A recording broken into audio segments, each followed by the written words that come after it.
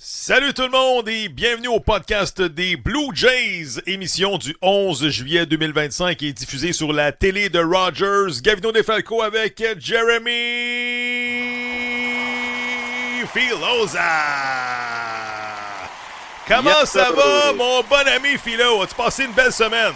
Ben, écoute, en regardant les Blue Jays dans les derniers jours, très difficile de ne pas être de bonne humeur. Ils ont joué de l'excellent baseball. Peut-être mis à part le dernier match contre les White Sox de Chicago. Mais pour le reste, là, écoute, j'ai vu 2 amortis de sûreté cette semaine, Gavino. Oui! Hein? Des squeezes en plus, des amortis suicides, on va en parler en long et en large, mais pour ceux qui sont pas au courant de ce qui arrive présentement avec les Jays de Toronto, regardez le classement dans la section Est de la Ligue américaine. Les Blue Jays ne ralentissent pas, 15 matchs en haut de 500 au premier rang, 54 victoires, 39 défaites. Un dossier de 38 et 19 à leurs 57 derniers matchs. Tout simplement incroyable. 2 matchs de priorité sur les Yankees qui vont mieux de ce temps-là. Et également les Rays à 4 matchs et demi des Blue Jays. Regardez la séquence victorieuse des Blue Jays dernièrement.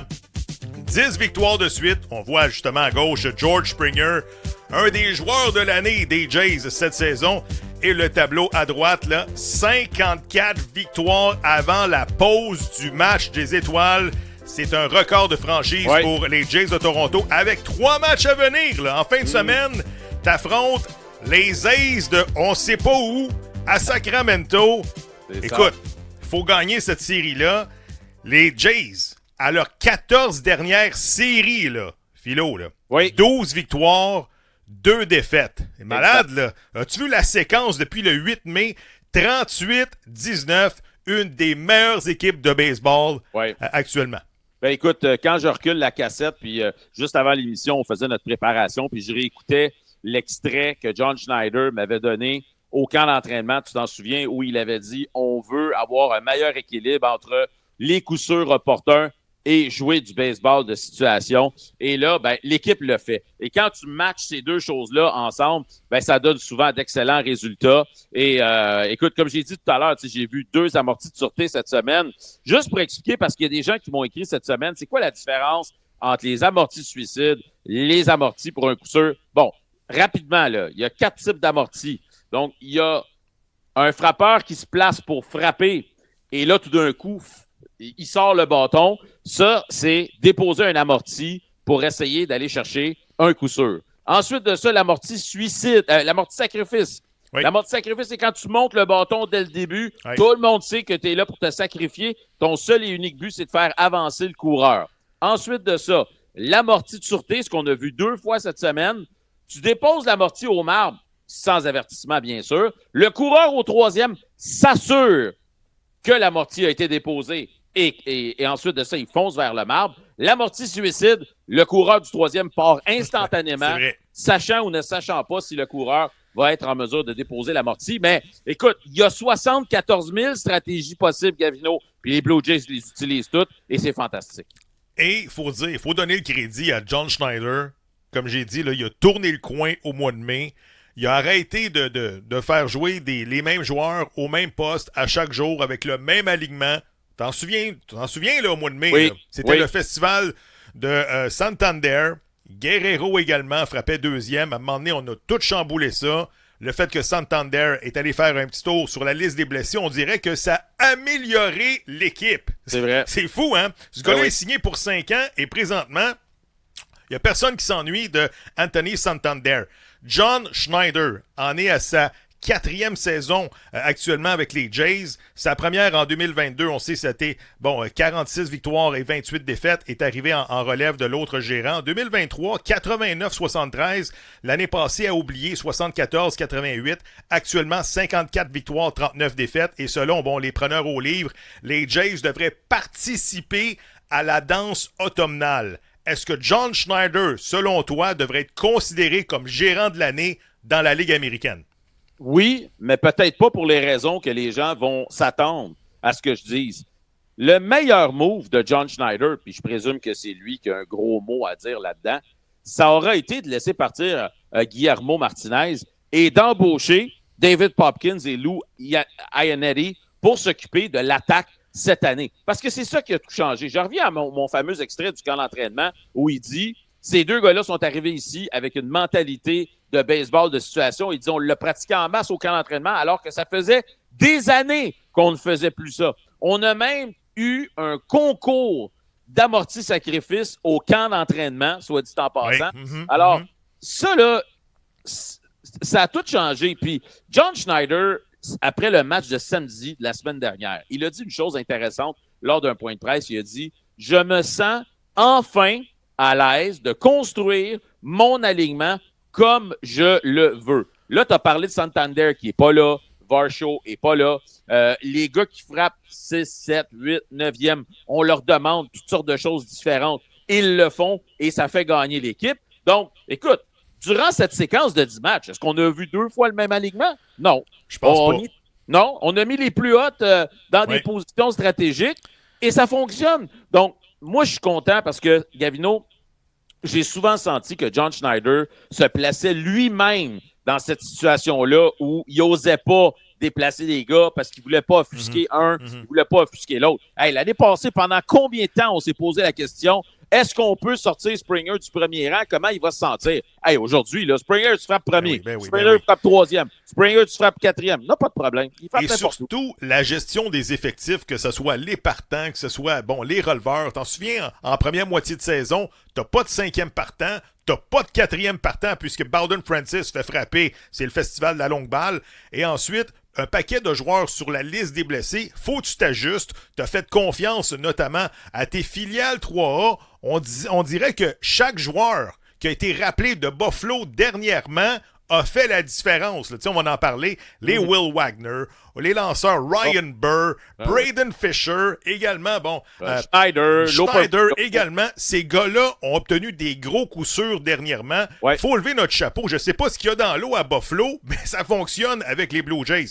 Non, mais pour moi, John Schneider, actuellement, c'est mon choix là, pour notamment le gérant de l'année. Un paquet de suspects qui ont fait la différence avec les Blue Jays. Oui, tu as raison, parce que, tu sais, si on avait, mettons là, que Bichette, Guerrero puis Santander fonctionnaient à plein régime, puis là, tu gagnes parce que tu as 3 joueurs de cette trempe-là qui sortent la balle, qui frappent des circuits, tu dis, bon, ben, un peu moins de crédit au gérant. Mais présentement, ce sont des victoires d'équipe.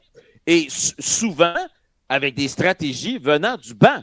Alors oui, John Schneider, définitivement, je le considérais comme gérant de l'année, avec, bien sûr, des petits astérisques à côté des noms de David Popkins et Lou Ionetti. Voici quelques statistiques de première moitié de saison des Blue Jays jusqu'à maintenant. Ils ont marqué 427 points, ce qui est au 12e rang du baseball majeur. Moins de points mérités à améliorer, Philo. 4,13, quand même 20e dans les majeurs. Au chapitre des coups de circuit, les Blue Jays ont frappé 98 longues balles, mais n'oubliez pas, là, ils ont commencé très, très, très lentement à ce chapitre-là au mois d'avril et au mois de mai. Mais ce qui fait la différence, une moyenne collective de 259, ce qui est bon pour le 3e rang au baseball majeur, le Philo. Écoute, tu frappes 2,59, t'es 3e dans le baseball majeur. Quand on vous dit là, que c'est pas facile de générer de l'attaque. Tout le monde lance à 100 000 à l'heure et tout le monde a des balles cassantes incroyables. Rotation des lanceurs. Oui. Actuellement, tu t'en es sorti, là, avec 3 lanceurs qui n'ont pas été écopés ou bien qui n'ont pas fait de tour sur la liste des blessés. Je parle de Gausman, Berrios et Bassett. Ça se tient. 4e partant, Eric Lauer. Pour l'instant, ça se tient, même s'il n'est pas capable de franchir la 5e, 6e manche. Je suis capable de vivre avec ça. Max Scherzer, à chaque jour, je regarde son pouce. Est-ce qu'il va tenir la route? C'est toujours une aventure avec lui. Qu'est-ce que tu penses de la rotation des lanceurs? Est-ce que les Blue Jays vont faire l'acquisition d'un autre lanceur ou bien on va donner des journées de repos et la journée des releveurs va revenir en deuxième moitié de saison? Non, moi, je pense que les Blue Jays vont ajouter un lanceur, Gavino, pour la simple et unique raison que tu as une rotation vieillissante. Max Scherzer, est-ce qu'il va revenir? On ne le sait pas. Il va peut-être prendre sa retraite à la fin de l'année. On verra. Chris Bassett n'a plus de contrat à la fin de la saison. Berrios, il faudrait que je vérifie, mais je pense qu'il y a une année d'option, soit cette année ou l'année prochaine. Tu sais, je veux dire, tu vas être obligé de faire des changements dans ta rotation. Donc, je pense que tu es aussi bien de commencer maintenant, mettre la main sur un lanceur partant de qualité qui est signé pour plus d'une année. Et ça, je pense que ça ferait beaucoup de bien, ça allégerait les choses. Maintenant, cette semaine, Scherzer a parlé du fait que son pouce le dérangeait puis tout ça, puis il a dit si j'avais une journée de plus entre mes départs, ce serait plus facile. Là, les Blue Jays enchaînaient les matchs sans arrêt. Heureusement, jeudi, ils ont eu une journée de congé. Mais on sait que Gausman a aussi dit à plusieurs reprises qu'il se sentait plus à l'aise de lancer le 6e jour. Il commence à prendre de l'âge aussi, Gausman. Ouais, je comprends. Moi, non, mais la question que je me pose, est-ce que pour soutirer le maximum de ces gars-là, qui sont quand même de très bons lanceurs, on devrait y aller avec une rotation de 6 lanceurs? Écoute, Philo, 6 lanceurs, c'est bien beau, là, mais si tu t'en vas en série dans un 3 de 5, dans un 4 de 7, là, non, mais tu reverras pas ce lanceur-là 2 fois, même s'il est hot. Pour moi, j'ai un petit peu de misère avec ça. Je veux dire, tu y vas avec tes meilleurs. Oui, je suis prêt à faire l'acquisition d'un nouveau lanceur à la date limite des transactions. Oublie pas qu'il y a beaucoup d'argent qui va se libérer là, du côté des Jays là, dans l'entre-saison. Chad Green sera pas de retour. Max Scherzer sera pas de retour. Chris Bassett commande un gros salaire. Est-ce qu'il va être de retour? On ne sait pas. Donc, la masse salariale devrait, en principe, peut-être diminuer. Donc, c'est pour ça que si tu veux y aller all-in cette année, ben, t'as des arguments là, pour aller voir M. Rogers. M. Rogers, on va faire l'acquisition d'un lanceur de 25 millions. De toute façon, là, on va libérer 25 millions l'hiver prochain. Mon opinion, le Philo. Oui, non, absolument. Je pense que c'est très, très, très... je pense que c'est discutable. Puis les Blue Jays, ça a toujours été une équipe qui a été ouverte à dépenser de l'argent. Donc, moi, je m'attends à l'acquisition d'un lanceur partant à la date limite. Mais je m'organiserais, dès le retour du match des étoiles, Gavino, de placer Gausman et Scherzer à la fin de ma rotation et, occasionnellement, si j'ai besoin, peut-être que tu donnes un départ à un gars comme Estrada en attendant de faire l'acquisition de quelqu'un. Exactement. Pour donner à Gausman et à Scherzer cette journée de repos de plus-là pour maximiser ce qu'ils sont capables de nous donner. Est-ce que tu es confortable avec l'enclos de relève que tu as actuellement pour notamment là, faire un bon bout de chemin en série? Jeff Hoffman, il montre des belles choses. Je pense qu'à ses 6 dernières tentatives, il est 606. Il a fait le travail. Yimi Garcia, il lance une fois, retourne sur la liste des blessés 15 jours. Lance une fois, 15 jours, ainsi de suite. Est-ce que c'est une valeur sûre? Je pense pas. Tu sais très bien que dans le baseball d'automne, si tu mènes après 6 manches, c'est terminé parce que tu as un spécialiste pour la 7, la 8 et la 9e manche. Tu fermes les livres. Le match de baseball en série, c'est 6 manches parce qu'après ça, tu affrontes 3 lanceurs qui lancent à 105 000 à l'heure puis ils ferment les livres. Écoute, je pense que ma première réponse, ce serait allons chercher un autre releveur. Comme on l'avait fait il y a une couple d'années, là, je ne sais pas si tu t'en souviens, il avait passé la fin de la saison avec les Blue Jays. Après ça, il était parti avec les Giants. Jordan Hicks. Exactement. Jordan Hicks, ça pourrait être le type de lanceur qu'on pourrait aller chercher. Mais Gavino, durant la séquence de 10 victoires, là, on reproche quoi à l'enclos de relève? Hey, écoute, combien de fois là, les Blue Jays arrivent en fin de rencontre, ils ont les devants par 1 point, la relève, peu importe qui t'envoie sur le monticule, ils ne donnent pas de points. Hey, 2 fois dans la série, je ne sais pas si c'est celle des Yankees, celle suivante, tu te retrouves en 10e manche avec le frappeur fantôme, le coureur fantôme, il ne marque pas. 11e manche, coureur fantôme, il ne marque pas. Donc, moi, je leur lève mon chapeau. Je suis étonné de la présence et la performance de ces gars-là. On l'a dit, là, les Ryan Bird, les Estrada, les Braden Fisher. Également, ça paraît là, lorsque Brandon Little saute des journées, là, parce qu'il a lancé, je pense, 46 fois depuis le début de l'année, très surtaxé. J'ai hâte de voir, est-ce qu'on va faire l'acquisition d'un autre lanceur gaucher en relève. Bref, écoute, faut que tu me parles de George Springer. Selon moi, là, c'est un des joueurs, un des facteurs importants depuis le début de la saison. On frappe pour 280, mon ami George Springer. 16 coups de circuit, 53 points produits, moyenne de présence sur les buts de 375. Des gros coups sûrs dans la série des Yankees. Malheureusement, il va manquer le rendez-vous du match des étoiles. Et ça, t'es pas content, mon chum. Ben écoute, tu sais, c'est toujours le fameux argument. Est-ce que le baseball majeur doit continuer avec son fameux règlement d'envoyer au moins un joueur de chaque équipe à la classique d'été parce que tu te retrouves avec des joueurs qui méritent d'être là et qui n'y sont pas. Il y a des équipes qui ne sont pas compétitives, qui vont envoyer un représentant que personne ne connaît. Hein? Mais, tu sais, Gavino, je me souviens à l'époque où on avait nos expos ici à Montréal, Tu sais, puis tu avais, par exemple, je sais pas moi, un représentant, c'était Kirk Reeder ou Moïse Alou, peu importe. Ben, la raison numéro un pourquoi j'ouvrais la télé pour regarder le match des étoiles, c'est parce que je voulais voir si Moïse allait faire la différence. Tu frappais un gros coup sûr, un circuit. Est-ce que Kirk Reeder allait rentrer dans le match? Donc, je comprends que pour ces marchés-là, si tu ne leur donnes pas au moins un représentant, ben, il y a plus ou moins d'intérêt pour eux d'ouvrir la télé et regarder le match. Mais en même temps, tu te prives de joueurs qui auraient dû être là. Et Springer, c'est incroyable ce qu'il fait. Puis moi, je le répète, le Gavino, là, prenons des leçons de tout ça. Puis l'année prochaine, au camp d'entraînement, quand il y a un gars qui en arrache, sacrons-y la paix, surtout quand c'est un vétéran. Parce que moi, ce que j'aime le plus de Springer, il a arrêté de s'élancer sur des mauvais tirs, prend ses buts sur balle. Et pour moi, ça fait toute la différence. Vladimir sera un des représentants justement des Blue Jays au match des étoiles. 12 circuits, 46 points produits pour Vlad, 276 de moyenne. Je pense que c'est quand même une déception avec ces chiffres-là. Frappe la balle avec beaucoup moins d'autorité. Et là, je me pose la question. Malheureusement, on ne peut pas reculer la cassette, là. Mais si on ne l'avait pas signé, le Vlad, là, avec ces chiffres-là, c'est impossible qu'il aurait obtenu un contrat de 500 millions, là. Je pense que la valeur actuelle de Vlad, ça aurait été entre 300 et 350, mais quand même, on connaissait pas l'avenir et on voulait régler ce dossier-là avant le début de la saison. À 500 millions, je commence à douter. C'est beaucoup d'argent pour ces chiffres-là. Là. 12, 46, 2,76. Moi, je pense que si Guerrero n'avait pas signé jusqu'à maintenant, puis il y avait la saison qu'il connaît présentement, il n'aurait probablement pas signé. Son agent aurait dit, garde, attendons à l'hiver, on va essayer de faire monter les enchères s'il y a 2-3 équipes d'intéressés parce que ça ne vaut pas la peine présentement de signer un contrat à ta valeur actuelle parce que tu ne connais pas une très grande saison. Ceci dit, Gavino, OK? L'année passée, le Guerrero, ça a été 30 circuits, moyenne de 300, 200 coups sûrs. C'est bien beau, là, mais les Blue Jays ont fini dernier, maudite affaire. Tu sais, donc, moi, cette année, là, je regarde plus l'ensemble de l'œuvre. Puis si Guerrero finit l'année, je vais te donner un exemple. 2,75 avec 23-24 circuits, puis 160 coups sûrs. Okay. Mais que les Blue Jays gagnent 2 rondes en séries éliminatoires, ben c'est ça que je vais retenir. Okay.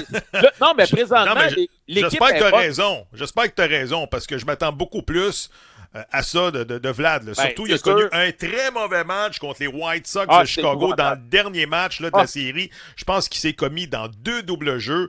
Et écoute, je pense que ça va y faire du bien. Et selon mes informations, il ne participera pas, je crois, au concours des coups de circuit. Ça se peut-tu? En tout cas, bref, on va surveiller ça de très près. Je veux te parler de Nathan Lucas. En passant, c'est pas Lukes, mais c'est bel et bien Lucas. Il a frappé un coup de circuit important contre les White Sox cette semaine. On regarde. You just want to help. And now another one sent to deep right field. And Nathan Lucas has hit it out. Speaking of helping out. Dans le même match, Nathan Lucas frappe un coup de circuit. Sa présence au bâton suivante.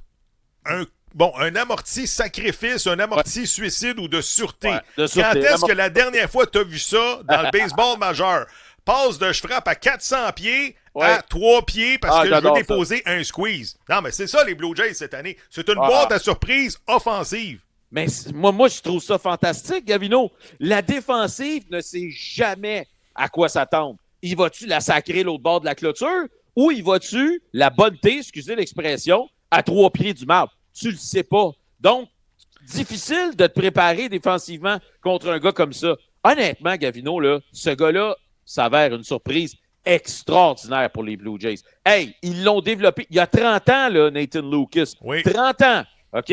Lui, là, ils l'ont développé. Il est arrivé sur le tard. Mais es-tu prêt pour jouer dans le baseball majeur? Il est prêt. Puis John Schneider, il l'adore. Et là, présentement, on l'utilise comme premier frappeur. Premier frappeur. Puis, regarde, moi, j'ai rien à lui reprocher à ce gars-là. Les présences au bâton, ce sont des présences professionnelles. Il trouve toujours la façon de contribuer d'une façon à une autre. Moi, je l'ajoute dans le groupe de Clement puis de Barger. Puis je dis, ces 3 gars-là, ils me coûtent pas grand-chose. puis j'ai pas peur de les mettre dans mon alignement à tous les jours. Son fait d'armes, son fait saillant de la première moitié de saison, Nathan Lucas, c'est lorsque il s'est battu là, contre les lanceurs des Yankees. Oui. Il l'a fait travailler pendant 14 lancers avant de frapper un double au champ opposé. Je pense que ça lui a donné une énorme confiance. Un autre joueur qui est en confiance, Bo Bichette frappe présentement 4e. Je pense que Schneider il a dit, Bo, on va arrêter le premier frappeur, là. Tu es capable de produire des points, tu as des présences au bâton de qualité et tu produis également, tu es capable de frapper la longue balle. Le dossier et la valeur de Bo Bichette, c'est combien présentement? J'ai regardé justement là, le market value de Bo Bichette actuellement avec les chiffres qu'il y a, selon les statistiques et les prognostics. Il vaudrait environ 7 ans, 21,1 millions par année. Donc, si tu y offres 150 pour 7 ans actuellement, là, c'est ça qui vaut, Bo Bichette. Es-tu d'accord avec ça? Moi, je pense qu'il va aller chercher plus que ça. Moi, je pense qu'il va aller chercher plus que ça. Mais moi, ce que je te dirais, Gavino, c'est que le timing, présentement, il est excellent. Premièrement, Bichette va bien. On l'a déplacé dans l'alignement, oui, Gavino, mais c'est surtout aussi parce que Guerrero ne produit pas autant qu'on voudrait. Donc, on met Bichette là pour essayer de compenser. Mais au moment où on se parle, les Blue Jays sont premiers, l'équipe gagne. Moi, je pense que c'est un moment idéal pour déposer une offre à Bo Bichette. Parce que au moment où on se parle, peut-être qu'il va se dire « Hey, moi, j'ai le goût de rester dans cette équipe-là. On joue du bon baseball. Enfin, les stratégies offensives sont là. On a des gars qui frappent la longue balle. On a un bon noyau. Moi, je pense que le timing est très, très, très bon pour négocier avec lui. Puis à la date limite, là, le jour de la date limite, tu l'annonces que Bichette est prolongé. Ouais. Moi, je pense que c'est une excellente nouvelle. Bichette est le meneur chez les Blue Jays avec le nombre de coups sûrs 106. Également, le meneur au chapitre des doubles, 22 doubles, 12 coups de circuit, 52 points produits, frappe quand même pour 279. Et frappe derrière Vladimir Guerrero. J'ai hâte que, comme on dit, là, on trouve un dénouement dans le cas de Bo Bichette, mais c'est pas vrai que Andrés Giménez, c'est la réponse pour l'année prochaine du côté des Jays. Tu dois pas perdre les services de Bo Bichette pour les prochaines saisons. Un qui va quand même bien, et on s'est posé la question, comment ça se fait que ce joueur-là a été rappelé dernièrement du côté des Jays, c'est Joey Loperfido. On regarde sa présence au bâton cette semaine. Loperfido with a high fly ball to right center field, deep, and it's gone!